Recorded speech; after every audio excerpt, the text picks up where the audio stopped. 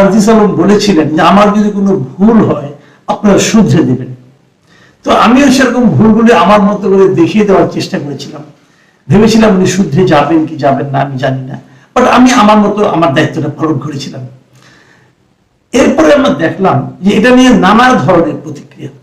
সব প্রতিক্রিয়া দিকে আমি তাকাতে চাইও না।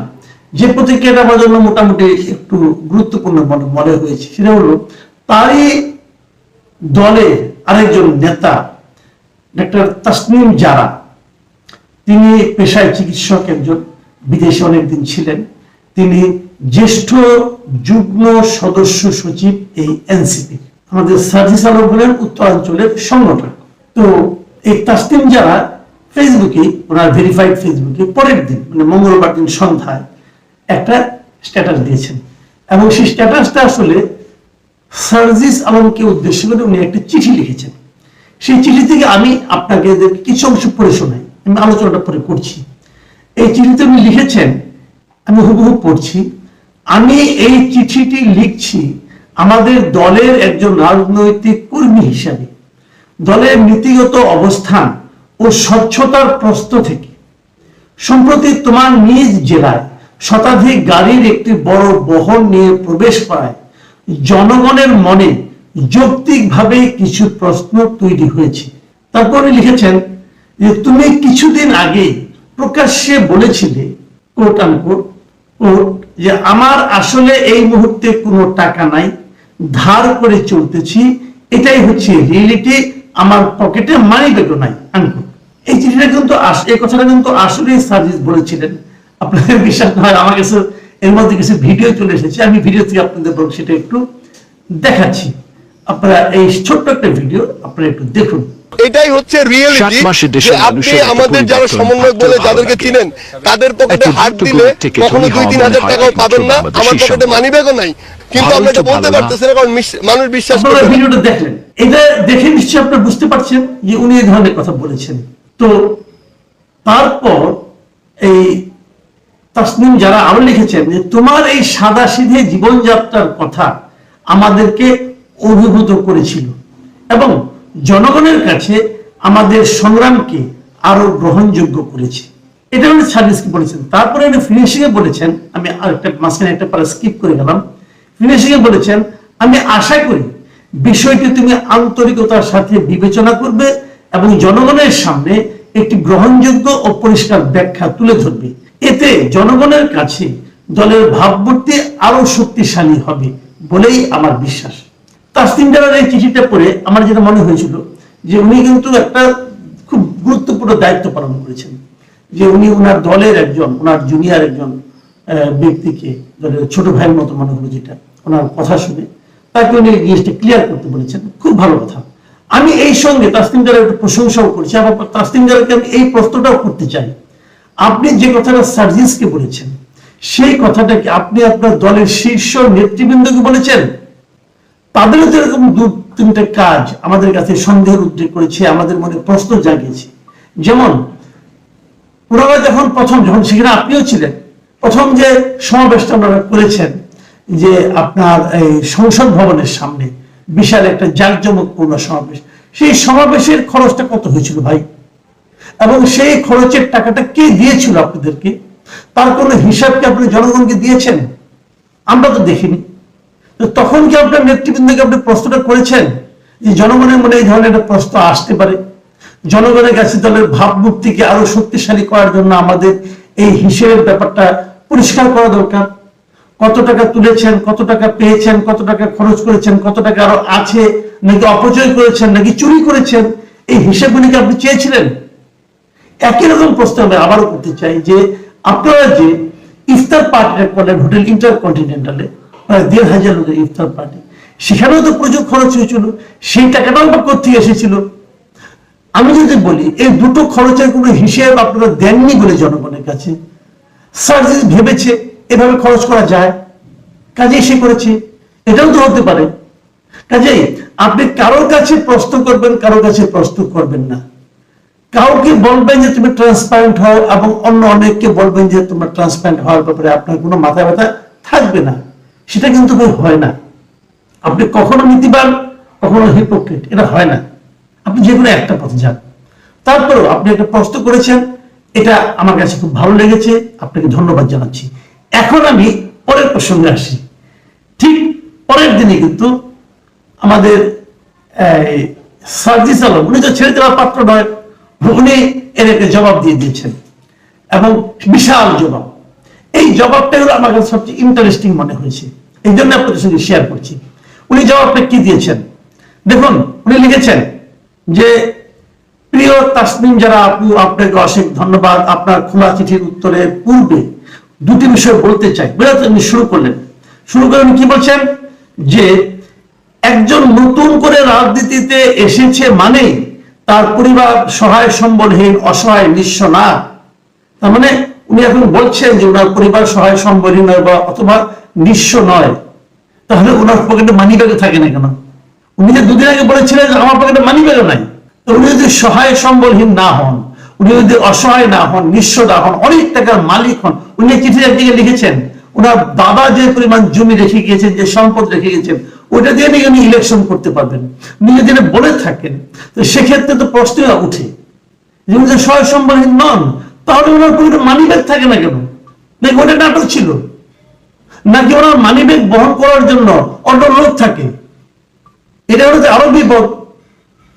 ওনারা মাঝখানে যে ক্ষমতাবান হয়ে উঠেছিলেন, হয়তো এখনো আছেন, ওনারা চাইলে অনেক ধনাঢ্য ব্যক্তিও তার একজন কর্মচারীকে ওনার পেছনে পেছনে পাঠাতে পারেন যে সে যেন মানি ব্যাগ বহন করে ইয়ের জন্য, সার্জিস আলমের জন্য, চাইলেই টাকা দিবে ওখান থেকে। সেরকম কিছু কি হয়েছে? এটা কিন্তু আপনাকে বুঝতে হবে। উনি লিখেছেন যে তার টাকা না থাকতে পারে, কিন্তু তার পরিবার, আত্মীয় স্বজনের তো সেই সামর্থ্য আছে। তার আত্মীয় স্বজনের সেই সামর্থ্য থাকে, তাদের সেই সামর্থ্যটা যখন তার পকেটে মানি ব্যাগও থাকতো না, তখন তারা প্রয়োগ করলো না কেন? তখন তারা সেটা ব্যবহার করলো না কেন? তাদের সামর্থ্যবান আত্মীয় স্বজন, সামর্থ্যবান পরিবারের সদস্যরা তাকে কেন নিঃস্ব অবস্থায় রাখতো? কেন? নাকি এখন তার একটা সম্ভাবনা তৈরি হয়েছে, অতএব তারা ইনভেস্ট করছে? এটাই কি? এই প্রশ্নগুলো কিন্তু জবাব আপনাকে দিতে হবে জনাব সার্জিস আলম। দেখুন, আরেকটা জায়গায় উনি লিখেছেন, কতিপয় সোশ্যাল মিডিয়া বুদ্ধিজীবী তাদের জায়গা থেকে যেভাবে রাজনীতিকে কল্পনা করেন সেটা কোনো আদর্শ পৃথিবীর চিত্র হতে পারে, কিন্তু বাংলাদেশের মতো বৈচিত্র্যময় চিন্তাধারা ধারণকারী জনগণ সম্বলিত একটি দেশের চিত্র নয়। মিস্টার সার্জিস আলম, এটা আপনি একটা ভয়ঙ্কর কথা বলেছেন। ভয়ঙ্কর কথা। কোথায় ভয়ঙ্কর কথা? আপনি বলতে চাচ্ছেন যে বাংলাদেশের মতো বৈচিত্র্যময় চিন্তাধারা ধারণকারী জনগণ সম্বলিত একটা দেশের চিত্র এটা না। মানে এই দেশের মানুষ ওরকম আদর্শ পৃথিবীর চিত্রের সঙ্গে সঙ্গতিপূর্ণ নয়। এই দেশের মানুষকে আপনি লোভী বলছেন, এরা লোভী, টাকা চায়, টাকা দেখাতে হয়, এদের মন মানসিকতা সেরকম। তাই যদি হবে তাহলে বিএনপি আর আওয়ামী লীগ দোষটা কি করলো ভাই? এটা আমাদের বুঝান তো আপনি। আওয়ামী লীগ বিএনপি এই কাজটাই করছে। আওয়ামী লীগ বিএনপি বোঝানোর চেষ্টা করছে এত বছর ধরে যে যার মাসুল আছে, যার পকেটে টাকা আছে, তার পক্ষে কেবল এমপি হওয়া সম্ভব, অন্য কারোর পক্ষে নয়। আপনি তো সেই গড্ডালিকে প্রবাহে গা ভাসাচ্ছেন। যদি সেই গড্ডালিকে প্রবাহে গা ভাসান, তাহলে নতুন বন্দোবস্তের কথা বলেন কেন? কেন বলেন? এবং উনি আরেকটা কথা বলেছেন, আমরা নতুন বন্দোবস্ত চাই, কিন্তু নতুন বন্দোবস্ত বলতে আমরা যেটা কল্পনা করি সেটা 6 মাসের মধ্যে অ্যাপ্লাই করলে অলমোস্ট 95+ ক্ষেত্রে জামানত হারানোর সম্ভাবনা থাকবে। তার মানে উনি বলতে যাচ্ছেন ওনারা যে নতুন বন্দোবস্তের কথা বলছেন, এটা যদি ওনারা এখনই অ্যাপ্লাই করেন তাহলে সব জায়গায় তারা হারবে। তার মানে কি? ওনাদের নতুন বন্দোবস্তের সঙ্গে আমাদের দেশের জনগণ এখনো প্রস্তুত হয়নি। ওনাদের নতুন বন্দোবস্ত আমাদের দেশের জনগণের জন্য অ্যাপ্লিকেবল নয়। উনি এই কথা বলতে যাচ্ছেন, তাহলে ওনারা কিভাবে যাবেন? পরে আবার একদিকে বলেছে যে আগে আমাদেরকে ক্ষমতায় যেতে হবে, কোনোভাবে যে কোনো বন্দোবস্ত আমাদেরকে জারি করতে হবে ক্ষমতায় বসে। তার মানে আপনি উপরে থেকে চাপিয়ে দেবেন একটা বন্দোবস্ত। আপনি জনগণ যা কিছুই করবেন, আমি কি বলতে চাচ্ছি, আমার বক্তব্যটা কি, আপনি যা কিছুই করবেন জনগণকে সঙ্গে নিয়ে করবেন। আপনি যখন আমাকে খাওয়াবেন, বলবেন তোমাকে আমি পান্তা ভাত খাওয়াবো বলে আমাকে পান্তা ভাত দিবেন, কিন্তু আমাকে আপনি বিরিয়ানির লোভ দেখিয়ে পরে পান্তা ভাত খাওয়াবেন, সেটা হবে না ভাই। আপনি সেটা বলতে যাচ্ছেন যে আপনাদের নতুন বন্দোবস্তের সঙ্গে এই দেশের মানুষ এখনো প্রস্তুত হয়নি গ্রহণ করার জন্য, কাজে সেভাবে অগ্রসর হলে আমরা হারবো। কাজে আমরা পুরাতন বন্দোবস্তের মধ্যে থাকবো, থেকে ক্ষমতায় যাব, যে তারপর নতুন বন্দোবস্ত চাপাই দেব। ভাই পাইছেন নাকি? মগের মুলুক পাইছেন? পৃথিবীর কোথাও এটা হয় না। এবং যারা এটা করতে চায় তাদেরকে জনগণ ফ্যাসিবাদী শাসক হিসেবে বলে। আপনারা যে এক ফ্যাসিবাদীকে তাড়িয়েছেন, আপনার তার বড় ফ্যাসিবাদী মনে হচ্ছে আমার কাছে। কি বলেন? আবার দেখেন কি লিখেছেন, আমি আরেকটা জায়গায় পড়ি, ফেসবুকের রাজনীতি আর মাঠের রাজনীতি এক নয়। আপনার প্রতিপক্ষের সাথে লড়াই করার জনবল এবং সামর্থ্য আপনার যদি না থাকে কিংবা আপনি দেখাতে না পারেন, তাহলে মাঠের রাজনীতিতে দাঁড়ানো সম্ভব নয়। তারপর আবার লিখেছেন যে মানুষ স্বভাবতই ক্ষমতামুখী। কি ভয়ঙ্কর কথা রে ভাই! এই ছোট ছোট বাচ্চারা এগুলি কি শিখেছে? কি শিখেছে? আমি শুনলাম সার্জিস আলম নাকি প্রিলিমিনারিতে পাস করছে বিসিএস। ভাই আপনার উচিত ছিল প্রিলিমিনারিতে পাস করেছেন, এখন রিটেন পরীক্ষাটা দেন, ভাই ভাই যান, 5-7 বার ভাই ভাই ফেল মারেন, তারপরে আপনি কোনো একটা পাবেন, কোনো একটা প্রশাসনের কর্মকর্তা হতে পারবেন। আর এখানে আপনি মন্ত্রী হতে যাচ্ছেন, এত শর্টকাট পথে চলে গেছেন আপনারা। আপনাদের জন্য আমরা কি আশা করেছিলাম যে আপনারা হবেন নির্লোক ব্যক্তি, আর এই আপনাদের নমুনা। তো এই যে কথাগুলো উনি বললেন, এই কথাগুলির মানে আমি খুবই হতাশ হলাম ওনাদের কথা থেকে, যে এইগুলি কেন। আবার দেখেন চাঁদাবাজি সম্পর্কে উনি কি বলছেন, যে আমরা তো অনেকেই চাঁদাবাজি, দখলদারিত্ব, মামলা বাণিজ্য, হয়রানি এসবের বিরুদ্ধে কথা বলতে বলতে মুখে ফেনা তুলে ফেললাম, কিন্তু এই অভ্যুত্থানেরই আরেকটি অংশ আবার ওই একই কাজগুলো করছে। আটকাতে পেরেছেন কি? সবচেয়ে গুরুত্বপূর্ণ বিষয় হচ্ছে তাদের বিরুদ্ধে আমরা আপনারা অনেকে কথাও বলতে পারছি না, আবার বললেও তারা সে কথাকে কানে নেয় না। তারা কানে নেয় না, ঠিক আছে, আপনি বলতে পারছেন না কেন?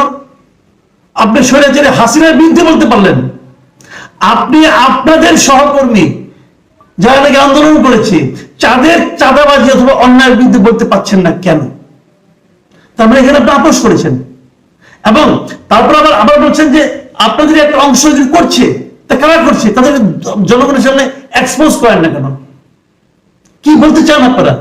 আপনারা যা খুশি তাই করবেন, আর এই বিষয়ে মানুষ সেটা মেনে নিবে? এত সোজা না রাজনীতি, এত সোজা না। নতুন কিছু করতে চাই, শব্দগুলো খুব সহজ, নতুন কিছু করতে চাই, 4টা মাত্র শব্দ, কিন্তু এটা বাস্তবায়ন করা 4 জীবনেও সম্ভব কিনা ভেবে দেখেন।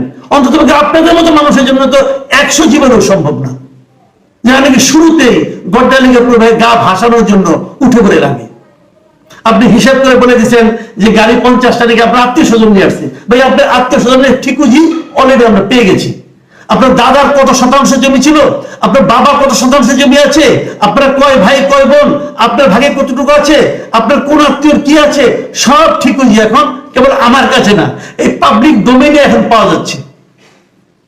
আর নিজেকে জমিদার বলার চেষ্টা করেন না, আপনি জমিদার নন। আপনার টোটাল পঞ্চগড়েই জমিদার তো নাই, আপনি কিভাবে জমিদার করবেন? এইভাবে কথা বলবেন না, নিজেকে উন্নত ক্লাসে উঠানোর চেষ্টা করবেন না। মানুষের প্রতিনিধি হওয়ার জন্য জমিদার হওয়ার দরকার নাই, মানুষের প্রতিনিধি হলে ওই মাঠের মানুষ হওয়ার দরকার আছে।